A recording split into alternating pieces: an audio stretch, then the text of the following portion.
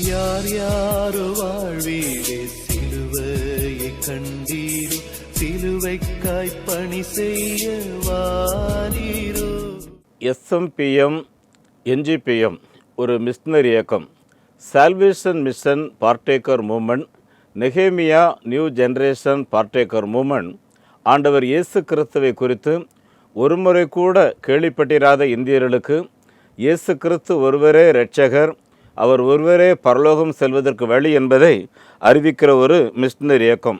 நம்முடைய ஆண்டவராகிய இயேசு கிறிஸ்து மார்க் 16:15 நீங்கள் உலகமெங்கிலேயும் புறப்பட்டு போங்கள், சர்வ சிருஷ்டிக்கும் இந்த சுவிசேஷத்தை பிரசங்கம் பண்ணுங்கள் என்று நமக்கு கொடுத்த கட்டளையின் அடிப்படையில் 70 பேர் கொண்ட குழுவாக நாங்கள் இயங்குகிறோம்.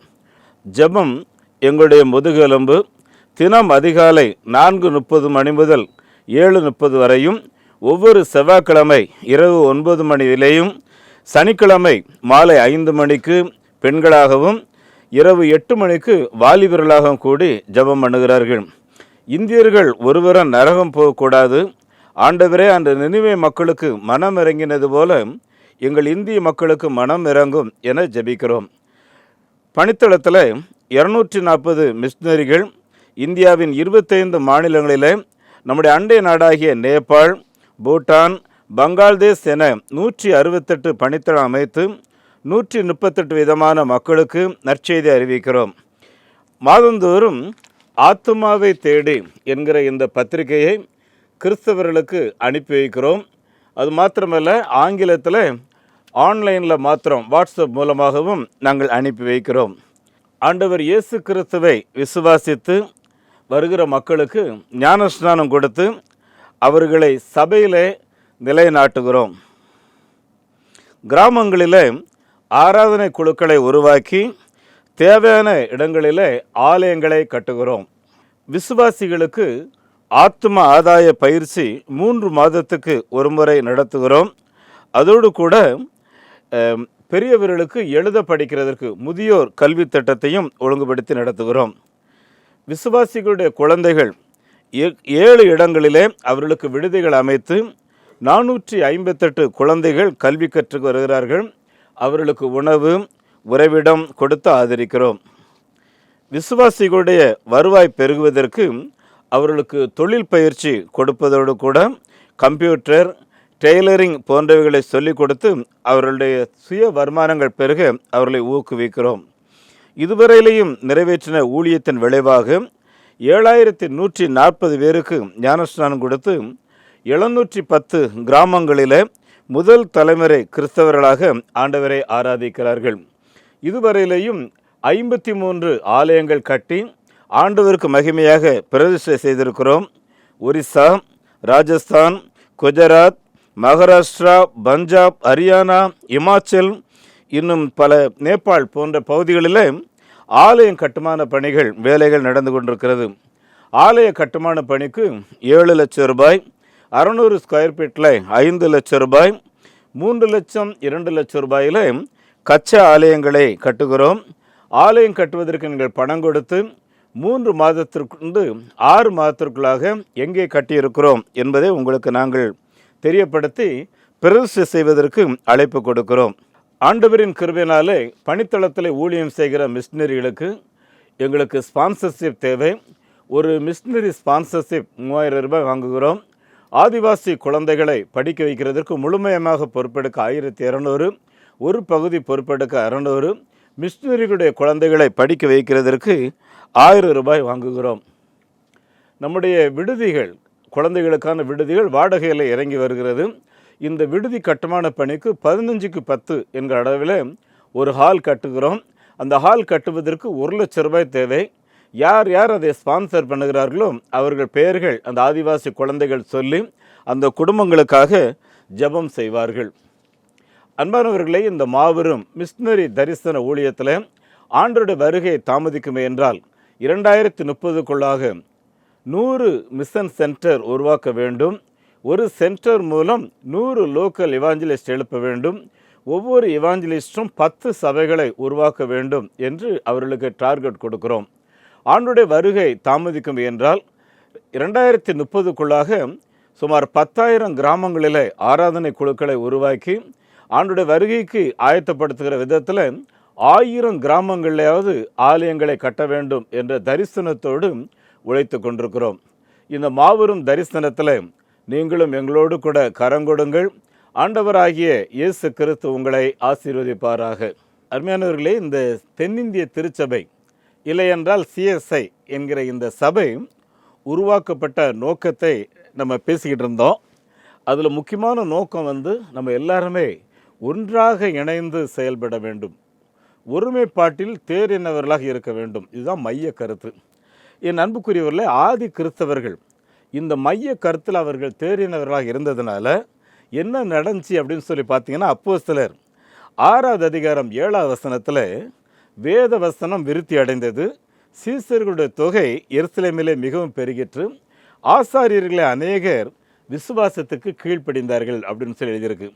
நல்லா கவனிங்க, எழுப்புதல் அப்படின்னு சொல்கிற அந்த வசனத்திற்கு சரியான ஒரு அர்த்தம் என்னன்னா அது இங்கே தான் எழுதியிருக்கு. என்ன விருத்தி அடைந்ததான்? ஆதி கிறிஸ்தவர்கள் மத்தியில் வேத வசனம் விருத்தி அடைந்தது. அன்னைக்கு பைபிள் இல்லை, இன்றைக்கி எல்லார் கையிலையும் பைபிள் இருக்குது. ஆனால் வசனம் எந்த அளவு விருத்தி அடைந்திருக்குன்னு பாருங்கள். வசனம் விருத்தி அடைஞ்சிருக்கா, இல்லைன்னா தீர்க்க தரிசனம் சுகமளிக்கிற காரியம் விருத்தி அடைஞ்சிருக்காங்கிற யோசித்து பாருங்கள். அருமையானவர்களே, சமீபத்தில் எங்களுடைய மிஷினரி ஒருத்தரோட பேசிக்கிட்டு இருந்தேன். அவர் திடீர்னு சொன்னார், ஐயா இன்னைக்கு நிறைய ஜெபங்கள், ஆமாம் விக்கிரகம் ஒழியணும் அப்படின்னு நிறைய ஜெபங்கள். ஆனால் என்னையை பொறுத்தவரையிலும் என் அனுபவத்தை நான் சொல்கிறேன், இப்படி நம்ம செய்கிற ஜெபம் தனிப்பட்ட ஜெபமாக இருக்கணும். ஆனால் இந்த ஜெபம் பொதுமக்கள் மத்தியில் செய்யப்பட்டு இது வியாபாரமயமாக்கப்படுது, காணிக்கை வசூலிக்கிறதுக்கு முக்கிய பங்காக இருக்குன்னாரு. தூத்துக்குடியில் ஒரு போதகரை சந்தித்து அவரை ஓப்பனாகவே சொல்லிட்டார், ஐயா இன்றைக்கி ஜெப வியாபாரம் நடக்கு, 2வது வியாபாரம் வடமாநில ஊழியங்களை சொல்லி பணத்தை ஏமாத்துறவங்க கொள்ளைக்காரங்க நிறைய பேர் பெருகியிருக்காங்க, கொஞ்சம் எச்சரிக்கையாக இருங்கன்னு சொல்லி. 42 வருஷம் நான் இந்த மிஷினரி உழைத்த செய்கிறேன். எல்லாட்டையும் சொல்கிற காரியம் வந்து பாருங்கள். என் அன்புக்குரிய ஆண்டுடைய பிள்ளைகளை, நாங்கள் செய்கிற ஊழியத்தை வந்து பாருங்கள். அன்புக்குரியவர்களே, ஆதி கிறிஸ்தவர்கள் இப்படி ஒருவருக்கொருவர் மிகவும் அந்யோன்யத்தில் நன்றாக இருந்ததுனால வேதவசனம் விருத்தி அடைந்தது. அது மாத்திரம் அவங்க ஒருவரை ஒருவர் சந்தித்தாங்கன்னா ஷாலோம் அப்படிம்பாங்க. அப்படின்னு என்னென்னா, நான் சந்தோஷமாக இருக்கிறது போல் நீயும் மகிழ்ச்சியாக இரு, உலகத்துக்குள்ளே உன்னை கொடுத்துறாத அப்படின்னு சொல்லி ஒவ்வொருவரும் அனுதினம் ஒவ்வொருத்தரை சந்திக்கும் போது ஊக்கப்படுத்துவாங்களாம். இன்றைய கிறிஸ்தவம் என்ன தெரியுமா? அருமையானவர்களே, உலகம் எனக்கு வேணும், நல்ல ஆடம்பரமான ட்ரெஸ்ஸு வேணும், விலை உயர்ந்த கார் வேணும், இல்லை சம்பாத்தியத்துக்கு மேலே EMI வாங்கி வச்சுருக்காங்க நிறைய பேர் வீட்டில். என் அன்புக்குரியவர்களே, கொஞ்சம் யோசித்து பாருங்கள். இதில் நிம்மதியை இழந்து சமாதானத்தை இழந்து சமைக்கிறதுக்கு நேரம் இல்லை, அந்த அளவுக்கு எதையாவது ஒரு காரியம் வீட்டில் பிஸி, சாப்பாடு ஹோட்டல்லேருந்து அறுவடை, இப்படி ஹோட்டல்லேருந்து இங்கே அறுசுவை உணவு நீ வர வச்சா அப்புறம் மருத்துவமனை ஜீரணிக்கிறதுக்கு அப்புறம் இன்னொன்று சாப்பிட்றாங்க. இப்படி தான் நடந்துகிட்ருக்கு. என் அன்புக்குரியவர்களே, வேத வசனம் விருத்தி அடைந்தது, சீசர்களுடைய தொகை எருசலேமிலே மிகவும் பெருகிற்று, ஆசாரியரில் அநேகர் விசுவாசிகளாக மாறினார்கள். பாருங்கள், வசனம் விருத்தி அடைந்தது, அடுத்து சீசர்களுடைய எண்ணிக்கை பெருகிற்று. இன்றைக்கு சீசர்களுடைய எண்ணிக்கை எந்த அளவுக்கு பெருகி இருக்குங்கிற யோசித்து பாருங்களேன். நாங்கள் மிஷினரி ஊழியத்தை செய்கிறோம். இந்த மிஷினரி ஊழியத்தை செய்கிற எங்களுக்கு நிறைய ஜெப பங்காளர்கள் தேவை. இப்படி ஜெபிக்கிறது மாத்திரம் இல்லை, மிஷினரி ஊழியத்துக்கு நான் காணிக்கை தருகிறேன், என்கிட்ட வாங்கி கொஞ்சம் தலைமை ஆஃபீஸ்க்கு அனுப்புங்களேன் அப்படின்னு சொல்லி நிறைய பேர் என்கிட்ட கேட்குறாங்க. ஆனால் அப்படி வாங்க போகிறதுக்கு எங்களுக்கு ஆளே கிடையாது. ஹானரரி செக்ரட்டரிஸ்ன்னு சொல்லுவோம், கிடையவே கிடையாது. பார்த்துக்குங்க என் அன்புக்குரியவர்களே, இப்படி நம்ம மிஷினரி பணியில் நம்முடைய ஈடுபாடுகள் என்னவாக இருந்துச்சுன்னு சொல்லி யோசித்து பாருங்கள். அப்போ தான் சீசத்துவத்தை நம்ம வெளிப்படுத்த முடியும். பார்த்துடுங்க, இந்த சீசத்துவம் அப்படின்றதுக்கு இன்னொரு அர்த்தம் என்னென்னா, எப்பவுமே இந்த ஒரு லேர்னிங் ஹார்ட்டோடு இருக்கிறது. எப்படி நான் இன்னும் புதிய சத்தியத்தை புரிந்து கொள்ளலாம், எப்படி தேவ சித்தத்தை நிறைவேற்றலாம், எப்படி ஆண்டோடைய வருகைக்கு இந்த உலக மக்களை ஆயத்தப்படுத்தலாம், இதே சிந்தையாக இருக்கிறது. பார்த்துக்குங்க என் அன்புக்குரியவர்களே, இப்படி இருந்தோன்னா நல்லா கவனிங்க, உங்களை நன்மையும் கிருபை உங்களை தேடி தேடி வரும். பார்த்துடுங்க, சுகம் உங்களை தேடி வரும், கிருபை உங்களை தேடி வரும், உங்கள் வீட்டுக்கு வேண்டிய பொருளாதாரம் தேடி வரும். பார்த்துக்குங்க என் அன்புக்குரியவர்களே, இந்த காரியத்தில் நம்ம எத்தனை அக்கறையோட எச்சரிக்கையோடு இருக்கிறோன்னு யோசித்து பாருங்கள். ஆதி கிறிஸ்தவர்கள் இப்படி இருந்த விளைவு இன்னொரு ஆசீர்வாதம் என்ன பாருங்கள், அநேக ஆசாரியர் அதுக்கு இருந்த மத பூஜாரிகள் நிறைய பேர் விசுவாசத்துக்குள்ள வந்துட்டாங்களே. என் அன்புக்குரியவர்களே, இப்படி அநேக மத தலைவர்கள் கீழ்ப்படிதலோடு இயேசு கிறிஸ்துவின் பிள்ளையாக மாறிக்கொண்டிருக்கிறார்கள்.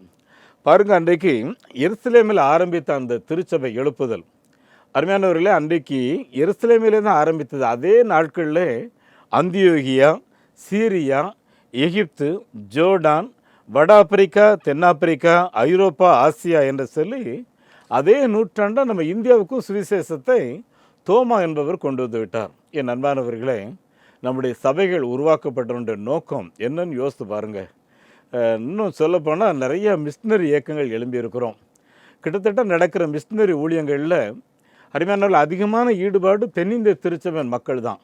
ஆனால் என்னுடைய ஆதங்கங்கள் என்னென்னா, நம்மை தேவன் ஆசீர்வதித்திருக்கிற ஆசீர்வாதத்தை மிஷினரி ஊழியத்துக்காக ஒவ்வொரு சபை மக்களும், தென்னிந்திய திருச்சபை, லுத்தரன் திருச்சபை, மெத்தடிஸ்ட், கத்தோலிக், இன்னும் பெந்தகோஸ்தே ஸ்தாபன சபைகள் ஒவ்வொருவரும் ஒரு மிஷினரி அனுப்பணுன்ற வேகத்தோடு இருந்தால், எங்கள் அமைப்பில் மட்டும் 340 மிஷினரி அப்ளிகேஷன் இருக்குது. அப்படின்னா 340 பேர் எடுத்தோன்னு வைங்களேன், டெய்லி இந்தியாவில் பேப்டிசம் கொடுப்போம், டெய்லி ஒரு சபை நாங்கள் உருவாக்குவோம். என் அன்புக்குரியவர்களே, இந்த மாபெரும் தரிசனத்தில் உங்களுடைய பங்களிப்பு என்ன அப்படின்னு சொல்கிறத கொஞ்சம் யோசித்து பாருங்கள். இந்தியா இயேசுவுக்கே என்று சொல்லி நம்ம எல்லாரும் ஜெபிக்கிறோம். அந்த ஜெபத்தில் நம்ம எல்லாரும் பங்காளிகள் ஆகும். ஆண்டவர் உங்களை ஆசீர்வதிப்பாராக. உங்களுக்காக நான் ஜெபிக்க விரும்புகிறேன். இந்தியா இயேசுவுக்கே என்ற நோக்கத்தில் வாழ்ந்திடுவேன். இந்தியா இயேசுவுக்கே என்ற நோக்கத்தில் வாழ்ந்திடுவேன். என் தலைமுறையை இயேசுவுக்காய் வரவழைப்பேன் சீக்கிரமாய். என் தலைமுறையை இயேசுவுக்காய் வரவழைப்பேன் சீக்கிரமாய். தேவ அடிச்சுவட்டில் செல்லவே நான் தீர்மானித்தேன் என்றே, அர்ப்பணித்தேன் நான் அகமகிழ்ந்தேன், புது வசந்தம் என் வாழ்வினிலே. ஆம் பிதாவே, இந்த வார்த்தைகளை கேட்டு ஆண்டவரே ஒருமனதோடு ஒற்றுமையோடு ஆதி கிறிஸ்தவர்களைப் போல வேத வசனங்களை மாத்திரம் தியானித்து, வேத வசனங்களை மாத்திரம் கடைபிடித்து, ஆண்டவரே நாங்கள் ஒவ்வொரு சீசர்களாய் வாழவும், எங்களுடைய வாழ்க்கையின் மூலம் எங்களுடைய இந்தியாவில் இருக்கிற மத தலைவர்கள், அரசியல் தலைவர்கள் ஒவ்வொருவரும் நீர் ஒருவரே கர்த்தர் என்பதை அறிக்கையிடுவதற்கு எங்களை நீர் பயன்படுத்தும். வார்த்தைகளை கேட்டுக்கொண்டிருந்த ஒவ்வொருவரோடு கூட நீர் பேசும். இவைகள் 30, 60, 100 பலன் கொடுக்கட்டும். ஐயோ, இப்படி வாழ முடியவில்லை என்று சொல்லி சில பிள்ளைகள் கருத்தோடு வேதனையோடு ஜபம் பண்ணி கொண்டிருக்கிறதை இயேசுவே நீர் பார்க்கிறேன். இயேசுவின் நாமத்தினாலே இந்த வார்த்தைகளை கேட்டுக்கொண்டிருக்கிற ஒவ்வொரு கூட இடைவிடும். கர்த்தர் அப்படியே செய்கிறதற்காக ஸ்தோத்திரம். இயேசு கிறிஸ்துவின் நாமத்தில் இந்த ஜபத்தை கேட்டோம் பிதாவே, ஆமேன். நம்முடைய ஆண்டவர் இயேசு கிறிஸ்துவனுடைய கிருபையும் பிதாவாகிய தேவனின் அன்பும் பரிசுத்த ஆவியானவரின் நடத்துதல் பராமரிப்பு ஆசீர்வாதம் நம் அனைவரோடும் தங்கியிருப்பதாக. ஆமேன். இந்த மாபெரும் நற்செய்தி பணியில் ஒரு ஆதிவாசி குழந்தைய நீங்கள் 600 ரூபாய் கொடுத்து படிக்க வைக்கலாமே, உங்களால் ஏன்ற தொகையை கொடுத்து ஒரு ஆலயங்கள் கட்டுவதற்கு தீர்மானம் எடுக்கலாமே, உங்களுடைய பங்குகள் என்ன?